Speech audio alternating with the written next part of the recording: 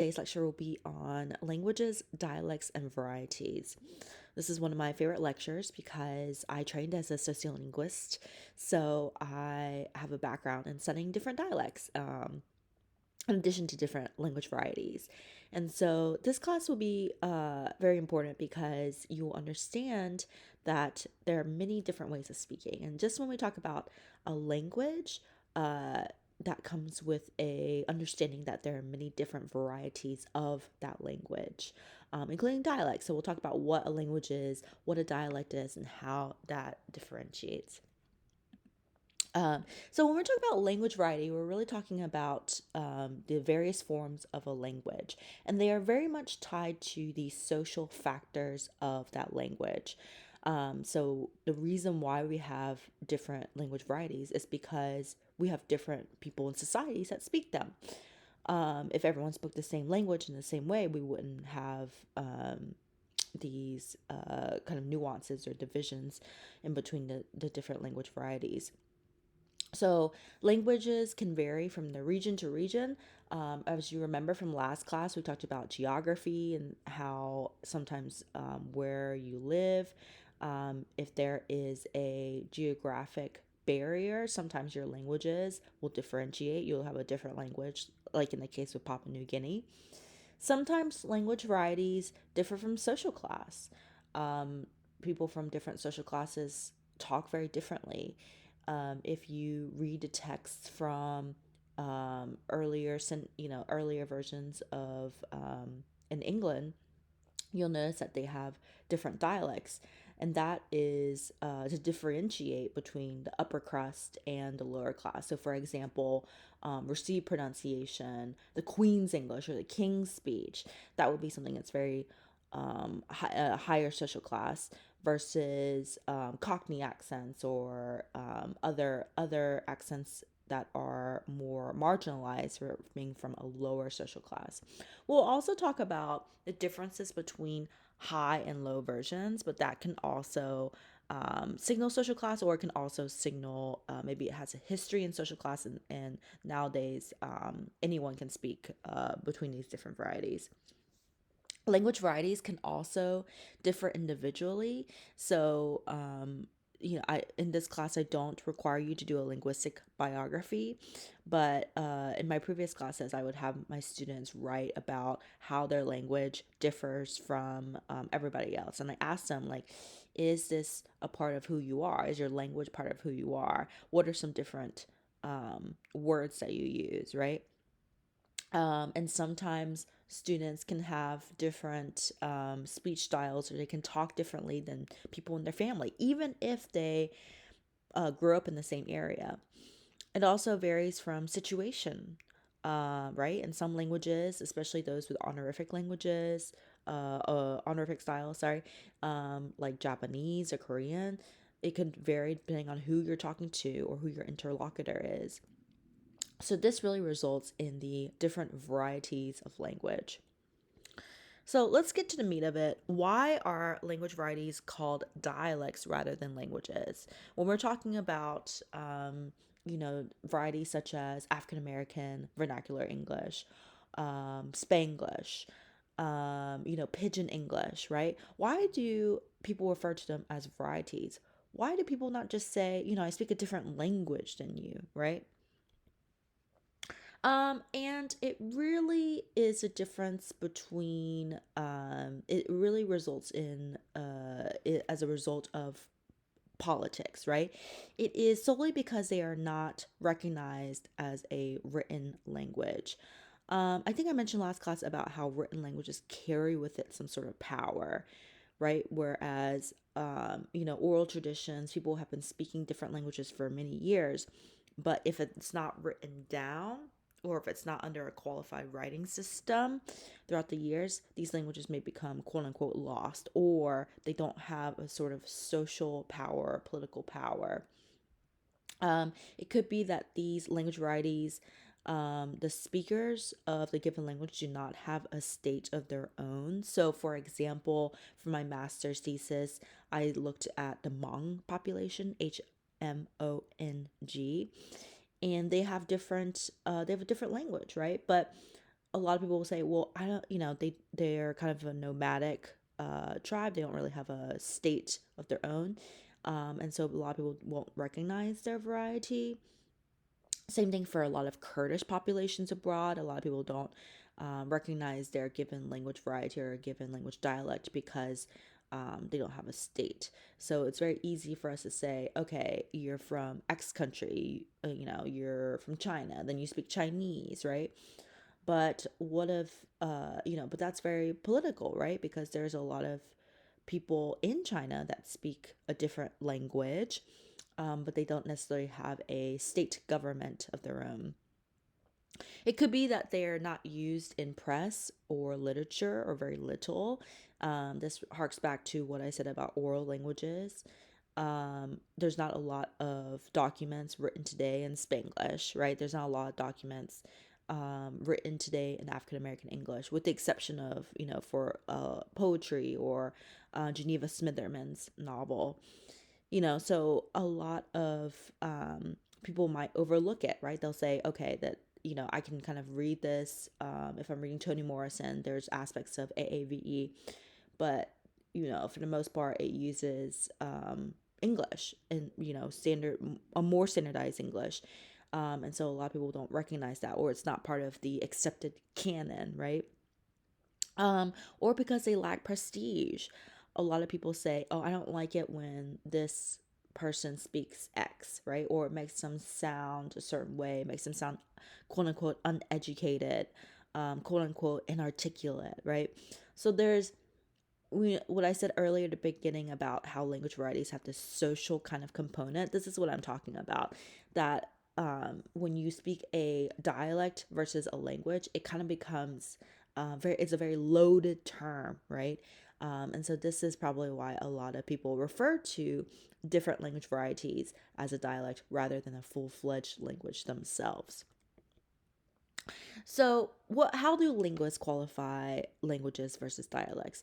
Well, both terms are used interchangeably. So, for example, I might say, they have a Boston dialect, right? Or they have a British. They speak with a British English, a British accent, right? But there is a overarching principle of quote unquote mutual intelligibility. So mutual intelligibility is that the two varieties of speech are mutually intelligible. That means that you can speak one variety of one language, and I can speak one variety of one language, and we can kind of understand each other. Now, the differences in understanding, it really depends. It's on the spectrum, right? We're not really sure. Sometimes someone can speak with a very heavy English accent, and I understand English perfectly. But if I'm gonna go, for example, I studied abroad in New Zealand, and my first day, people were speaking in a very New Zealand English way, right? And so I was like, I don't understand anything my host family is saying, right? So these levels of mutual intelligibility differ, but it is kind of the example of British English versus American English, right?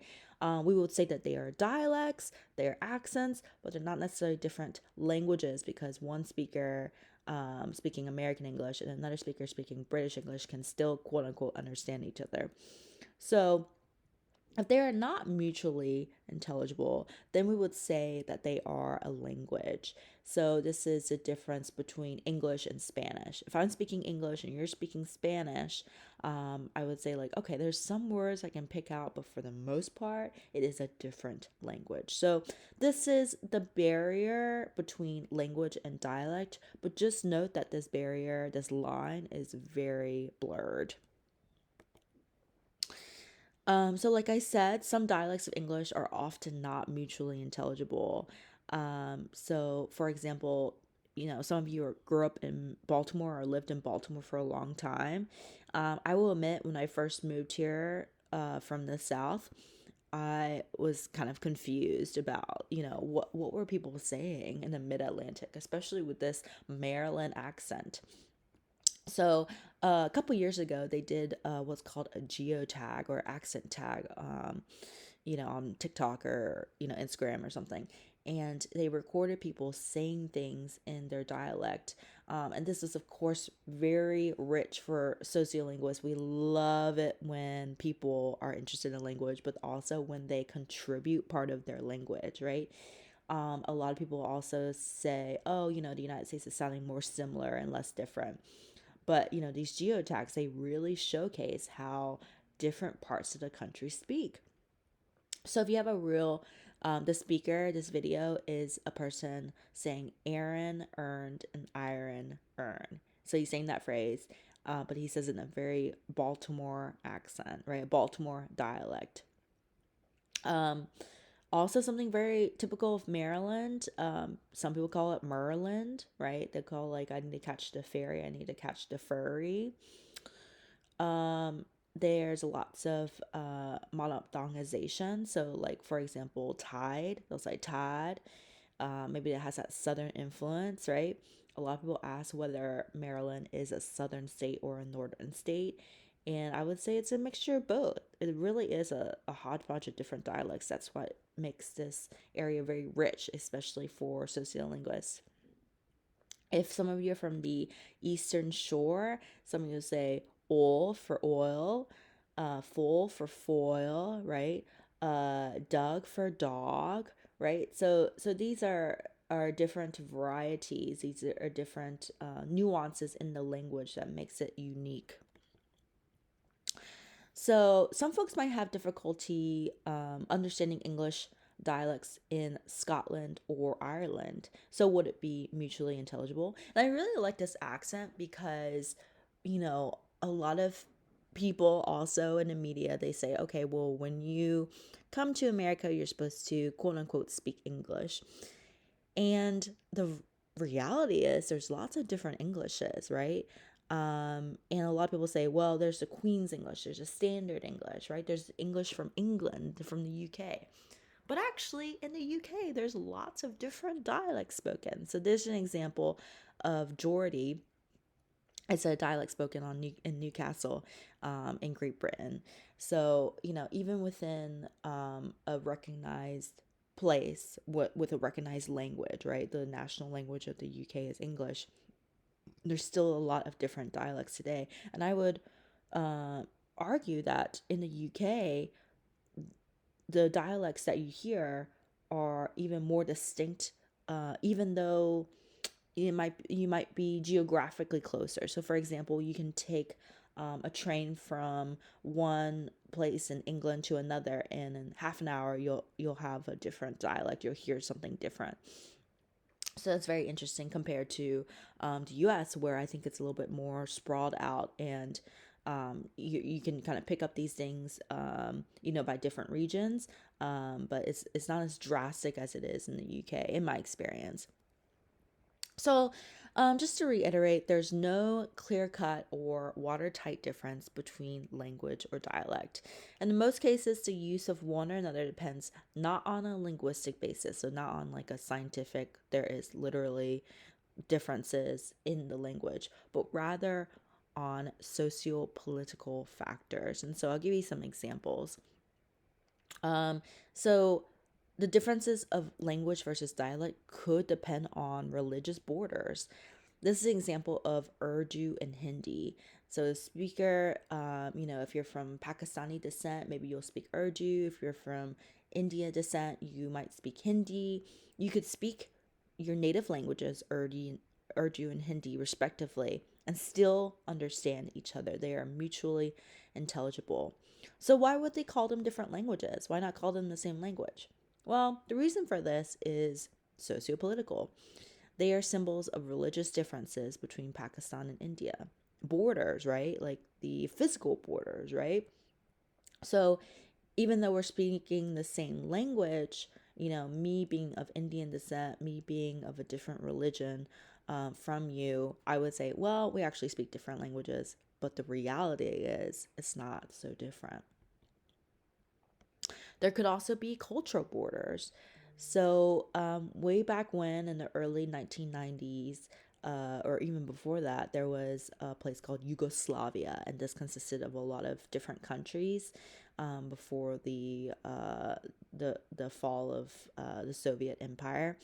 So as of 1991, Serbo Croatian officially ceased to exist in the Yugoslav successor states. So after they split up, there was like a Serbian Croatian, language. Um, but when they split the language, the split occurred among ethnic lines rather than geographic or political boundaries. So even if you lived in a different country, you'd still speak the same language, quote unquote. But people would say that it is different because of those because you have a different culture than somebody. So just to give you an example, um, Serbia, Croatia, Montenegro, people who live in these countries, they basically speak the same language, Bosnian, right? Um, but they would say, no, I don't speak the same language. And it's because they have different ethnic or cultural boundaries. It has nothing to do with the language itself. So they actually um, surveyed people, and they found that Serbs and Croats, they do not accept the existence of a Bosnian language. They said if you were to go up to them and say, do you speak Bosnian? They would say, that's not a language, right? The same thing, Serbs and some Montenegrins, they do not accept the existence of Montenegrin, which is interesting because, like, they are from Montenegro. So it's like if you say, oh, do you speak Montenegrin? Do you speak this language that has your namesake? They would say, no, that's not a language, right? Or, it's Serbian or something like that. It's just Serbian. Which is interesting that they're kind of denying their, this separate language. They're denying the existence of a language and saying it's, Serbs living in Croatia do not accept the Croatian language reforms despite speaking a similar dialect. And then also Bosniaks accept neither Serbian nor Croatian. So, I mean, when Yugoslavia broke up, there was a lot of fighting. There was a lot of civil war that lasted for a very long time. So, there's still kind of these prejudices that still exist. And you can see that in what they call their language or don't call their language or don't accept or recognize certain language varieties. So, national borders can also contribute to the differences between languages and dialects. So here you have this, dialect continuum. Um, there is, certain words, certain regions, if they are next to each other, harking back to geography again, the regions can understand each other, but the regions further apart may not understand one another. So we have in this chart, we have different words from Amsterdam, and then we have some cities, Dusseldorf, Cologne, Trier, and then we have Berdorf, which is it's a border town. You can kind of see in this map in Luxembourg, right? So like the further apart, you can see that they're very different. So if someone says "ik," right, it sounds it sounds pretty the same. Machen, it sounds pretty same, but Dorp becomes Dorf, Dat becomes Das, right? So you can see this kind of continuum of different dialects, very similar to the chart I showed last class about the Indo European languages, how these languages like slowly spread across different lands. You can see different dialects depending on the borders, or how far they're apart. So the borders themselves, people can live in a border town and speak a very different dialect because they're influenced by the languages of their neighbors. And then in Germany and in Austria, they speak different varieties, of German. So there could be Low German, Middle German, Bavarian, Austrian. And so you can see examples here about how the different dialects. Same thing in a lot of North African countries, or Middle Eastern countries. When they say they speak Arabic, you kind of have to qualify. Well, I speak a Moroccan dialect, right? I speak a Egyptian dialect of Arabic. I speak a, modern standard Levantine. So it's not enough to say I speak a different language. Depending on where you are, depending on the country you're from, depending on your culture, the history, the boundaries, depending on if there's been civil war, these can really color the way that you speak a certain dialect. So, of course, like I said, there is a certain prestige when it comes to speaking a language versus a dialect. As if you say, okay, if I were to say I speak Spanish, people would say, oh, great, you speak Spanish. That's awesome. But if I said, well, I speak Spanglish, a dialect, right? Then there's a stigma attached. People accept that you speak different languages. People don't really necessarily accept that you speak different dialects, right? Or if I say, you know, people are it's often stigmatized. I don't speak a dialect, right? Or it says like, oh, I have an accent. When someone says I have an accent, that usually means it's marked in some way, which means that there's something wrong with the way that I speak it. I don't speak like a standard version, therefore it is wrong, or I am uneducated. And that's really false, right? Because you can speak different dialects. Dialects are not a consequence of education. I did not, list this as one of the reasons why people speak different languages or dialects. It has nothing to do with education. It has everything to do with social underpinnings, right?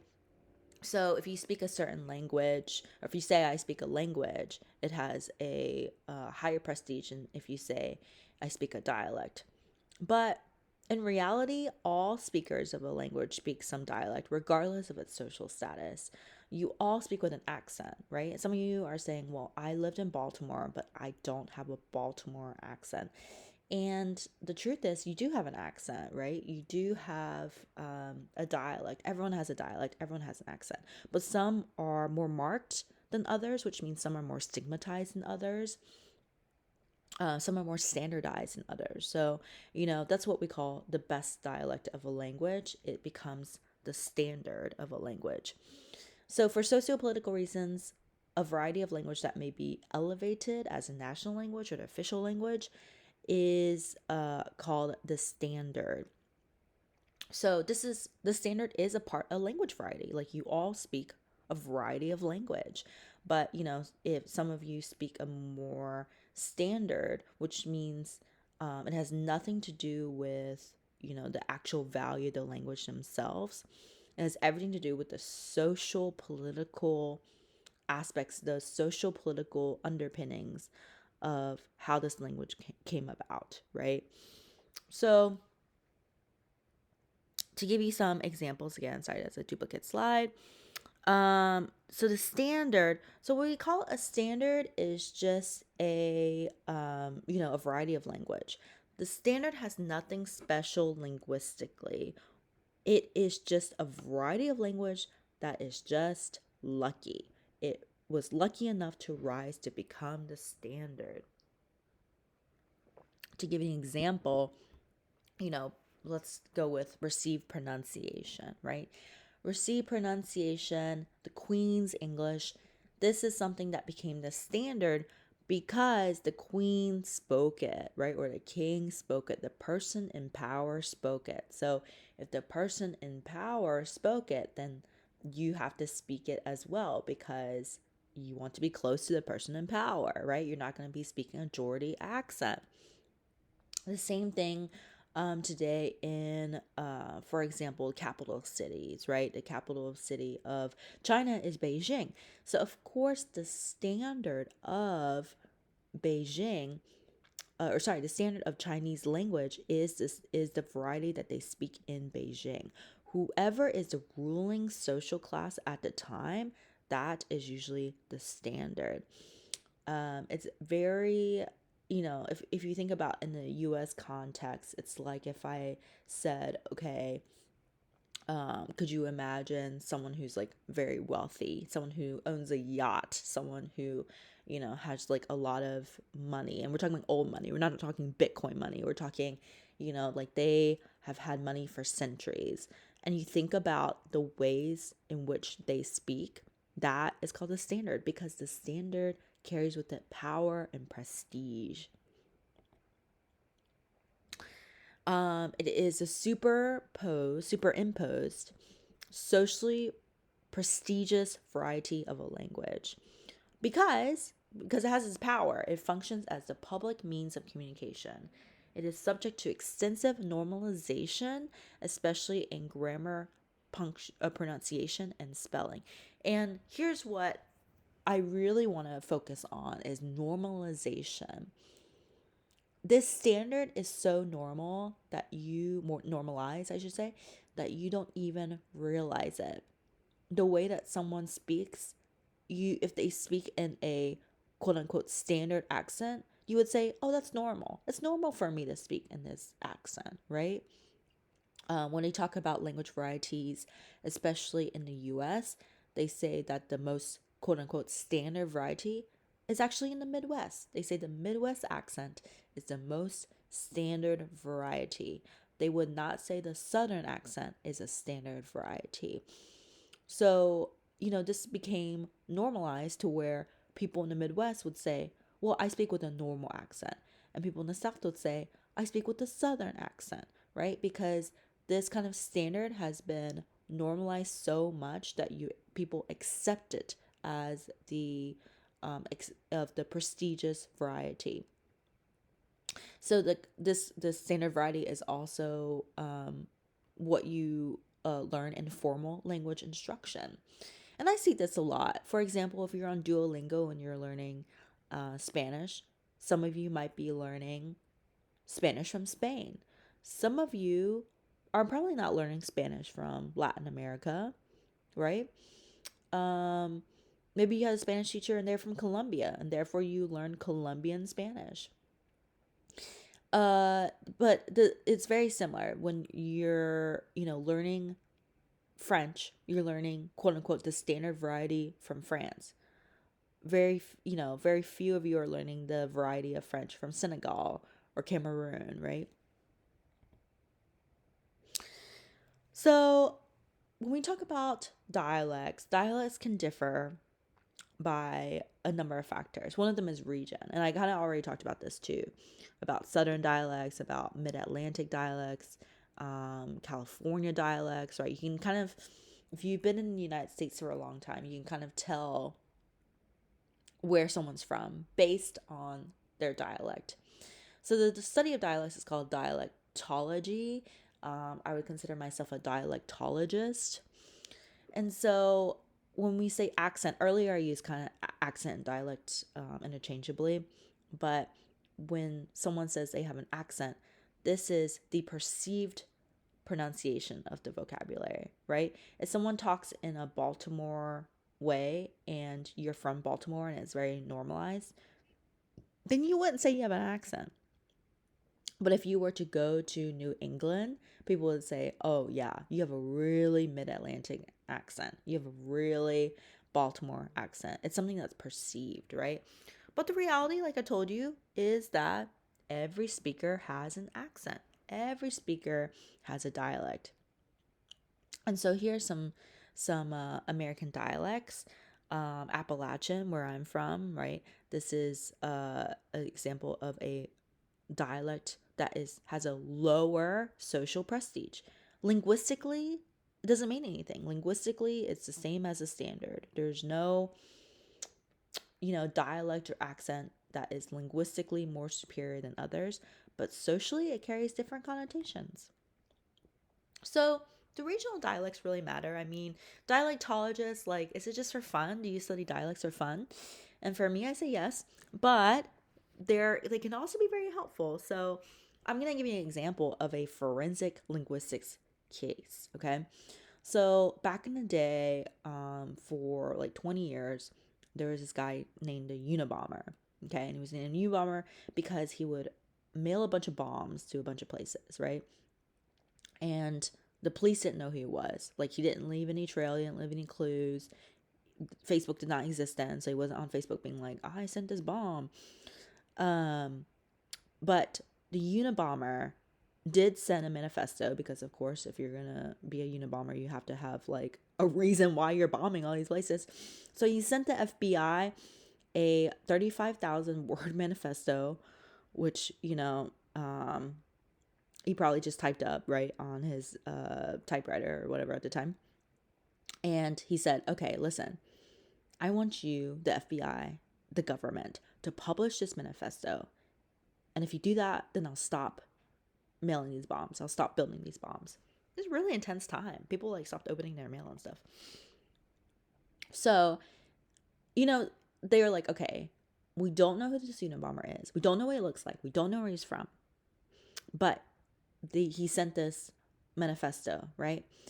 So the FBI, they enlisted the help of these linguists, James Fitzgerald and Roger Schy. And basically, reading over their manuscript, looking at the different ways in which this person used words, these two linguists were able to say, okay, I don't know who the Unabomber is, but I know their race. I know their age. I know their gender. I know their education.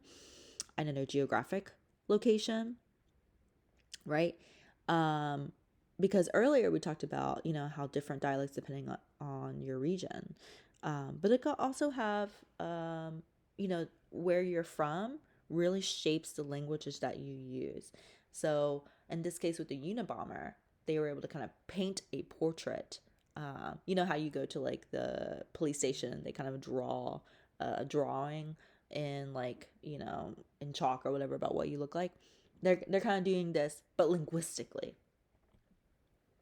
And they found that the Unabomber was from the northern Midwest. Why is that? Like, how is that so specific? How can you find out that someone's from, oh, you're from the northern Midwest, right? Because he used specific words, right? So instead of saying raising children, he used the phrase rearing children, right? And Roger Schy said, that's a very Midwestern phrase, okay? Now, was a Unabomber, was he planning to, like, was he planning to reveal where he's from? No, he probably just wrote as if he was just writing, like he wasn't like, okay, I'm gonna throw them off my scent by using these different terms. Like, I think he was like, this is the way to say raising children, is rearing children. So he also used some uncommon alternate spellings, right? So instead of clue, he would spell it CLEW, right? So you're kind of figuring out where the Unabomber was from, right? Clue, or willful, right? WILLFUL. So just the fact that he misspelled it this way kind of gave some indications of his dialect, right? In that Roger Schy said, I know that he's not from the South because he doesn't, he misspelled these words the way that he would pronounce them. So Roger Schy said, this Unabomber, he grew up in Chicago, right? He used spelling and colloquial terms distinctive of the upper Midwestern regional dialects. And Roger Schy was able to trace these origins to old issues of the Chicago Tribune, right? Old spelling variations, and said, okay, this person's from the Midwest. But, what's very interesting too is like, even though their dialect was Midwestern, the vocabulary that he used hinted that he spent some time in the American Northwest, right? So, I think he used the word like Sierra for mountain range. And then Roger Schy said, ooh, that's a clue, right? So very interesting the way that they're able to kind of figure out the dialect of this, figure out the profile of this person just based on some linguistic clues. And they're able to catch the Unabomber. Okay, so other reasons for dialect boundaries, very similar to our last lecture, right? if there is a settlement history, if the place was colonized, if there's a natural barrier, if there's rivers, mountains. Last class, there was a video about this whistling language that could be considered a dialect.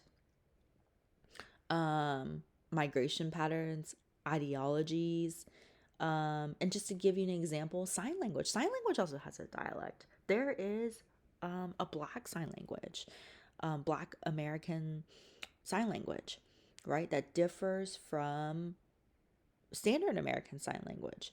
And that has to do with a lot, that has to do with, the history of separation of schools, of deaf schools, but then also culture, right?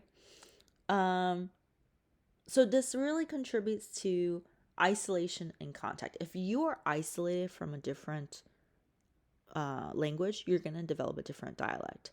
If you have more contact with another language, then you're going to carry aspects of that dialect, like we saw with the example of Luxembourgish, right? And German. So there's different dialect features, often called a shibboleth or sibboleth, that can be divided upon by lines called an isogloss. Okay, so instead of using the boundaries that we have on maps, we would use a different boundary, and I'll show you some maps later, where we would say, okay, this is an isogloss. This is where the people who speak this dialect reside. So we're able to draw dialect boundaries. These usually occur with phonological features, which means that the different ways in which people pronounce something. And then many of these patterns are systematic. So these changes affect different vowels together. So, the great vowel shift in the North, for example. With lexical and syntactic features, they may be more of an overlap, but these don't generally reflect a system. So, for example, lexical, I mean like a different vocabulary word. So, like chicken box or something. Like when I first moved to Baltimore, they said, oh, that's a chicken box. And I was like, what is that? So that's something that you can find in Baltimore, but maybe in California, they also say chicken box, right? So that doesn't really show you the contact of these different dialects. It's just a term, right? Or syntactic. So for example, AAVE, African American Vernacular English. There can be different regions, different pockets, different speakers who speak AAVE, right? So that can differ wildly as well. So normally the isogloss maps will focus more on how do you pronounce something, right? So just to give an example, here's the Atlas of North American English and the different isoglosses that they portray or they draw from the different regions of America. So you can see that there's a Western accent on the West, then there's a Southwest dialect, there's the South dialect, but it differs, right? There's okay, you can't say that something is blanket Southern dialect because there's something called a Texas South. So people who are from Texas speak differently than other places in the South. There's the inland South, right? Like towards the Appalachian Mountains, closer to where I was born. And then you have Charleston, right? And even though Florida is considered the South, Florida is its own isogloss. This could be because you have a lot of migrants, you have a lot of immigrants, some of Latin descent that moved to Florida. You also have a lot of retirees that moved to Florida. So the landscape of Florida is changing, especially southern Florida. We're talking about Miami. And then you have a lot of different isoglosses or dialects here. And, what is the reason? Like, why would, why are these all clustered, right? Like, why are these different isoglosses so common versus this is so vast, right? And the reason has to do with a lot of settlement patterns, right? So, when the United States was colonized, the first states, right? They would develop kind of their own dialect. Um, and then as people moved westward expansion, you had fewer um, people were more isolated, right? When they did the Oregon Trail right here. And that's why there's kind of like a vast isogloss versus someone who would like live in predominantly cities. So the answer could also be a rural slash urban divide, where the more that you live in a city, the more you're likely to have contact with others. You're likely to speak the same languages versus if you are, more in a rural environment. So they would ask Americans. They would say, "How would you pronounce this word? Like, if you wanted a carbonated beverage, what would you say?" And some people would say soda, right? So here in New England, they'd say soda. Here in the West, they'd say soda. A lot of the Midwest, they would use pop, right? So I'm guessing a Unabomber, since he was from Chicago, he would if he was writing about soda, I don't know if he did, but he would say pop for soda. And then in lots of places, speakers in the South, they would say Coke. So it didn't matter if you're talking about Coca-Cola, they would use Coke as kind of a shibboleth for soda, for carbonated beverage, right? So even if you wanted, someone from the South say, "Hey, do you want a Coke?" And you'd say, "Yeah," and then you'd be like, "Okay, what do you want?" uh, like, I thought I wanted a Coke. It's like, "Okay, well, we have Sprite, we have ginger ale, blah blah blah." So Coke just kind of becomes a word, a catch-all word for carbonated soda. So, how do Baltimoreans say y'all? How do people from Baltimore say y'all? Do people say y'all? Is it a Southern term, right? And so, you can't ask, "Hey, how do you say y'all?" or "Do you say y'all?" It's more likely you want to elicit a response, right? So you would say, "Hey, what word do you use to address a group of two or more people?" And you can see that, most of Maryland is in this like red, but it's a very light red, right? And then some of it's in the green, right? So really, Maryland is this confluence of dialects, right? Some people would say it's a northern state. Some people would say it's a southern state. The Mason-Dixon line used to run here, right? So you see a lot of "yous guys." You see a lot of "y'all." And I would, and yeah, maybe you can write on the discussion board whether or not people use "y'all." How about this one? What do you call it when rain falls while the sun is shining, right? And for the most part, people were like, "I don't have a word for this," right? Some parts of New England and, the Great Lakes region and in Florida, they'll call it a sun shower. But in Alabama and Mississippi, they have a special phrase for this. They said the devil is beating his wife, which is kind of misogynistic, but, this is a very southern phrase from this area. Mm. How about, what do you call a traffic situation in which several roads meet in a circle and you have to get off at a certain point? And I would call this a traffic circle. Actually, I wouldn't call it a traffic circle. I call this a roundabout, right? But some people call it a rotary. Some people are like, "I don't have a word for this." Maybe they don't have traffic circles in their area. But this shows you that America is linguistically diverse, right? We all have different. This showcases that if you have an answer to this word, if you don't have an answer, "I don't have an answer" is an answer, right? It shows you that everyone has an accent, everyone has a dialect, and we all speak differently depending on where we're from.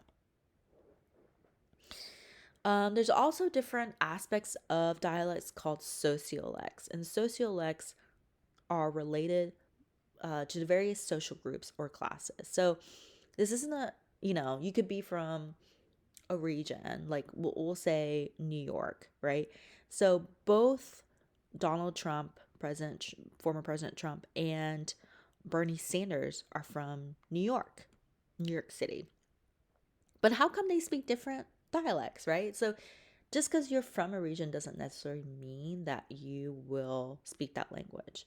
And it could be from a variety of different factors, including social class, right? Or, Bernie Sanders, if you come from a very Jewish family, maybe, religion has a, a influence, gender has an influence, age, ethnic group, class. So, and when you're talking with a social dialect, this usually carries with it some sort of connotation. So here is an example from the TV show Friends, starring Paul Rudd, who never has aged. And in this clip, Phoebe is meeting her boyfriend, played by Paul Rudd, his parents. And she comes from a lower class background, and he comes from a higher class background. So you can see in this clip that she's linguistically accommodating, right? She adopts this higher crust accent. Why? Because she wants to appear a certain way. She wants to impress his parents, probably. She wants to feel like she belongs, right? And so she's able to adopt this accent. This is another reason why, even though you're from somewhere, like a lot of people are from the South, or they're from, California, or they're from England, and when they move somewhere, they change their dialect. They change their dialect. And sometimes it's not, like in this case, in this clip, Phoebe's using it deliberately. Like she knows what's going on. But sometimes you can change your dialect and not even know, right? You don't even notice that your accent changes or your dialect changes. That's a repeat. Okay. So, other examples of social dialects, the caste system in India, right, also often determines which variety of language a speaker uses. Religion. If you're Christian, if you're Muslim, if you're Jewish in Baghdad, then you'll speak different varieties of Arabic. I think it's very similar in Israel as well. Ethnic groups in America. So this also has to do with historical foundations or colonial, immigrants, right? So speakers of Jewish descent, when they moved to New York City, they had a lot of clusters, right? Clusters of people who live somewhere, and they developed their own community and ways of speaking. The same thing if you are from Italian descent, right? You might feel strongly in your Italian identity, or you interact with other people who are socially, of Italian descent. And so your variety might differ from others. Okay, so now we're going to do a case study. So every week, we're going to use everything that I taught you and then apply it to a country. So it's kind of like we're traveling, right? And on this week, we're going to learn about languages and dialects in China. So we're going to apply what we've learned about languages, about dialects, how they're socially constrained, right? And then apply it to China. So in China, we talk about, before we talked about languages and dialects. Dialects, as we said, refer to things like minority languages, non-official languages, non-standard languages, non-written languages. So even though we're talking about language in China, we're not always talking about Chinese, okay? Or what is Chinese? We're going to qualify, we're going to give a little bit more nuance as to what Chinese is. What is the Chinese language? And is there such a thing, right? If someone speaks Chinese, what are you really talking about? Right? And someone can say, oh, well, there's only one Chinese language. If someone speaks Chinese, it's like English. There's English and there's Chinese. But the reality is, like with all things in this class, it's a little bit more complicated. So the languages in China have a long, rich history, over 5,000 years. The One of the most prominent groups in China are the Han people. So this is the major ethnic group of China. And so this created the standard variety of, Chinese, the language of the Han people, spoken by 95% of the Chinese population. But it's also interesting to note that even though regionally we're talking about China, there's other non Chinese languages that are being spoken. So, for example, Tibetan, Mongolian, Uyghur, Miao, right? Korean. There's many other minorities in China. So, even if you say Chinese, you might be referring to a different variety. The majority of the Chinese speaking population is found in China, Hong Kong, Taiwan, but in other diasporic communities, such as um, communities in Southeast Asia, including Singapore, Indonesia, Malaysia, and Thailand. There's lots of Chinese speaking communities around the world. And also um, in Europe, North and South America, and the Hawaiian Islands. So I wrote my dissertation on Mandarin dual language schools, which you'll read later in this. You'll read an excerpt from it later in this class. But one of the quotes that I really liked and that I came across in my research is Chinese people there are Chinese people as long as there are waves that touch the ocean, right? So the diasporic of Chinese individuals cover all over the world, and they bring with them their language or languages. So Chinese is predominantly part of the Sino-Tibetan language family. Last class we talked about language families and what it means to be part of a family, right? And it's not necessarily like genetically based, like this language is very similar to another, and more has to do with the history. So this language, Mandarin, is spoken by 850 million speakers. Wu spoken by 90 million in Shanghai, Min 70 million in Taiwan. And these numbers might seem staggering, but they are indicative of the population in these areas, right? Cantonese spoken by 70 million from Hong Kong. So this is the language that I speak because my parents are from Hong Kong, right? So spoken Chinese actually comprises of many regional dialects. And this was kind of complicated because those dialects also have a family. Those dialects also have a number of sub-dialects. And so the boundaries of one dialect and the next are not so easy to define. So someone could say, well, I'm from the Fujian province. And so maybe that their dialect sounds very similar to like another neighboring province, right? So most Chinese speak one of the Mandarin dialects, which are largely mutually intelligible. And I would say most, right? In Mandarin, also known as Putonghua, is the standard variety. It is the variety that was captured at the time and proliferated by the government and supported by the government.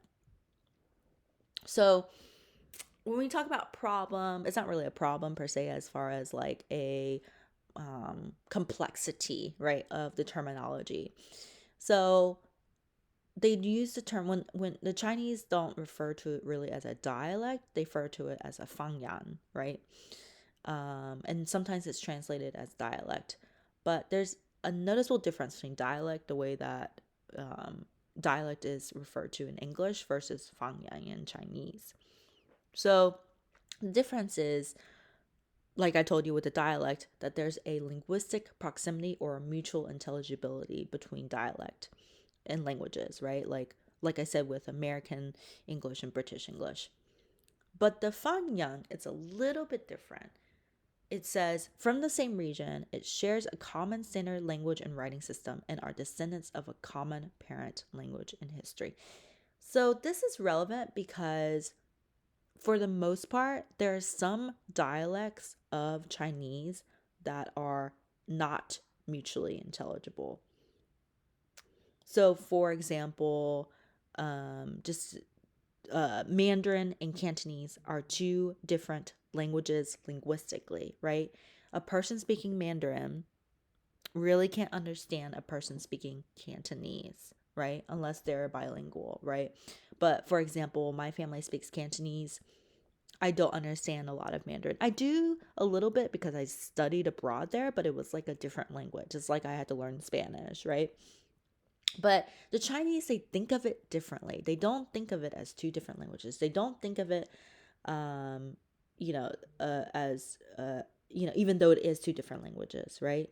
They think of it as Fanyang. They say, okay, they're from the same region. They're both Chinese. Mandarin, a different language than Cantonese, is Chinese. Mandarin is Chinese, Cantonese is Chinese. Why? Because they come from the same region. They share a common language. So, when I was speaking Cantonese in China, they often ask me to write things down because the written system is similar and people can understand the written system, even if they can't understand the spoken system. And most importantly, they are descendants of a common parent language, which means they have a very similar history, right? They come from the same family. So, different languages, they come from the same family. They say, okay, same language, but we would call it a Fangyan. So, a little bit complicated, right? But here are all the recognized quote unquote languages in China, right? You can see, like I said, for the most part, a lot of them are Sino Tibetan families, but there's also an Indo European, right? Right here towards the very western edge, there's Tajik.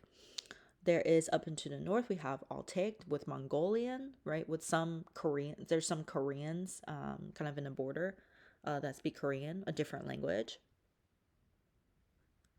And then we also have some from Austro-Asiatic, so Mon Khmer, right? So some places in like neighboring Cambodia, maybe they speak this language. So these are the recognized languages.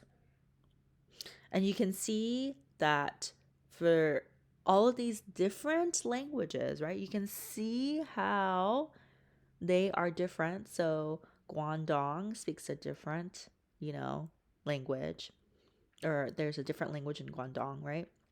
There's a different language in Taiwan, but we would refer to all of these as Chinese. All right, so just to recap, if it comes from the same language family, then if same language group, then we would say it's a language. So we would say, under Sino-Tibetan there is Chinese, but there's also Tibetan. There's also Burmese, right? So we would say that that's a different language, but within the same language family. And then you can see the Sino-Tibetan languages and how they differ. And then we would say, okay, they have a separate language, right? Even though, like I said earlier with Cantonese, it's a separate languages, but we would still say that they're Chinese. Hokkien, right? Taiwanese, Shanghainese. I mean, people speaking their different languages, they can't understand each other. It's not about mutual intelligibility here. It's about whether or not they're under the same family. So, how did Mandarin become the standard? Putonghua, also known as Mandarin, this is the standard because it's the capital language. It's the language spoken in the capital. Capital is Beijing, right? So this is the common language. This is the language of government. This is the language of instruction, of education, of media. A lot of people, you know, um, they learn the language via school, right? So it's like they speak their local languages at home, but when they go to school, they have to learn Mandarin. They have to learn Putonghua. So, like I said, many people use another language in their region, like when they go home, right? And they're saying, my regional language is blah, blah, blah. But they're expected to use Putonghua because that is the national language of communication. This is their language policy. So the Chinese government says, we will speak this language. This is this is our national language. This is a common unifier, right? And you can kind of see that in Taiwan, for example, there's lots of regional dialects, especially original dialects, Aboriginal dialects, indigenous languages, right? But the people who speak Mandarin versus Taiwanese, right? Like we're talking about with the Fanyang, with the different dialects, the different languages, um, they're able to speak both. They're able to be kind of bilingual at home. Whereas the indigenous languages, they're kind of, I don't want to say dying out, but they're less likely to speak this language. In Taiwan, Mandarin is barely in the lead. And that may have to do with the um, how people feel about China and Taiwan, right? China as a country, they probably view Taiwan as very different or as part of China. And in Taiwan, they probably feel like, no, we're Taiwanese, we're not Chinese. So, how you believe or what you feel or what your ideology is really impacts your language. And Hong Kong. Okay, so this is where my family's from. We speak Cantonese, right? But in recent years, China has been cracking down on Hong Kong, saying, okay, come back to Hong Kong. Hong Kong is a different place. Hong Kong, you go there, you speak a different language. They were under British rule for, hundreds of years. So they still had a democracy, right? They were colonized by the British. They had a democracy. Some of the street names are in English. Everybody had to learn English. Um, they have, if you go to Hong Kong today, you can still access like Facebook and Instagram and Twitter.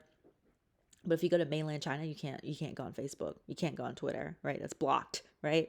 But Hong Kong, you can still use these things, right? Because it's a special administrative province. They call it special SARS, special administrative region, right? But in recent years, the Chinese government has been cracking down, saying, okay, you got to come back to China now. We're Chinese. Come back to China. And there have been a lot of protests in recent years because some people, not all, but some people, especially younger folk, they don't want to come back to China. They said, we're Hong Kong, we're Hong Kongese, we speak a different language, okay? So we don't necessarily feel a part of you. This is very interesting when you think about Hong Kong, because when Hong Kong came back to China, I think in 1997, the younger generation, they had to learn Mandarin, right? So the older generation, they mostly spoke Cantonese. Cantonese was taught in schools as their language. And then the younger generation, they are, Cantonese is their home language, but they know Mandarin. They're fluent in Mandarin. They learn both, probably. They're bilingual. But it's very interesting because the younger population, even though they have more of a grasp of Mandarin, they would, they use, they don't want to come back to China, right? They know Mandarin better than their grandparents, but their grandparents are like, let's go back to China. And the younger folk are like, no, I know Mandarin, but I don't want to go back to China. So it's very interesting, this like language divide, and how generations and the age really impacts language varieties. But anyways, will Putonghua Mandarin replace Cantonese as a main language of Hong Kongers? We'll see. We'll see. So, the consequences of having these like complexity of languages versus dialects versus, language families, is that, when we're talking about bilingual versus bidialectal education, right? Because you're really having a bilingual education. You're bilingual. They call it bidialectal, but it is really bilingual. But there's it's less about the, I think there's a noticeable advantage that Mandarin has, right? Over Cantonese or over Hokkien, over Taiwanese. And so, I think it goes back to kind of complexities of how Hong Kongers feel about their language. They're able to understand the language, but they feel different. Their identity is different. So, what exactly is the nature of grammatical differences among different Chinese languages? That's unclear, right? Um, but a lot of people say, a lot of Chinese people say that we have a writing system, right? We have a writing system, and so that means that we have a different language, or sorry, we have the same language. And so it's a little complex. Okay, it's a little complex, as far as like how are you supposed to teach these languages? Can we say they're equal? Well, one is a national language, but we want to be independent or we don't want to be independent, or it's very, very, very complicated. And just to give you a note about Chinese, the Chinese writing system, it's that it's logographic, in that each symbol refers to a specific word. And I wanted to ask this. I wanted to ask if English has a logographic symbol. And sometimes it does, right? And the ampersand means and. If you see a percentage, a dollar sign, you say, okay, that's a dollar, three, that's number three, right? Emoji, some people would look at an emoji and say, okay, I know the meaning of this emoji, right? So, the spoken and versus written languages, if it's lacking a writing system, dialectal grammar lexicon for dialectal sounds for most dialects, right? So for the most dialects, they don't have their own writing system, and so that kind of lessens their power, lessens their prestige in the eyes of the social system. Right. So there's a quote here. It says the Cantonese language is not the standard Chinese lexicon, cloaked in Cantonese phonology. The Mandarin speaker who does not know Cantonese may find a text of Cantonese almost unintelligible, right? So, to give an example, because I speak Cantonese, this phrase is, even though look at the writing's the same, right? But in Cantonese, you'd say, 我还挪威人, like I'm Norwegian. But if you were to say it in Mandarin, you'd say 我是挪威人. So that is a little difficult. I'm probably butchering my Mandarin here. If you speak Mandarin, please forgive me. Right. So does language policy matter? Does language policy matter? And so this is from your textbook, right? The Languages in the World, World Communities, Anderson and Carter. And they said, we can affirm that when a language ceases to be a medium of instruction and becomes an object of instruction, its days as a living language are numbered. Okay. So the fact that they're able to really push Mandarin, Putonghua, versus these other policies, what do you think? Do you think that these language varieties will go away? Their days are numbered? So here are your discussion board questions for the week. Don't forget to pick 2 discussion board questions. So number 1 is, what are some of the features of the dialects and languages that you speak or sign? And in what ways is standard English dominant in American culture? In what ways is it not? And then also number 3, how do you predict the Chinese language will change as a result of China's language policy? Very interested to hear your thoughts about this, because I do have some personal ties to these languages, so am interested to hear your thoughts on the discussion board. I'll see you then.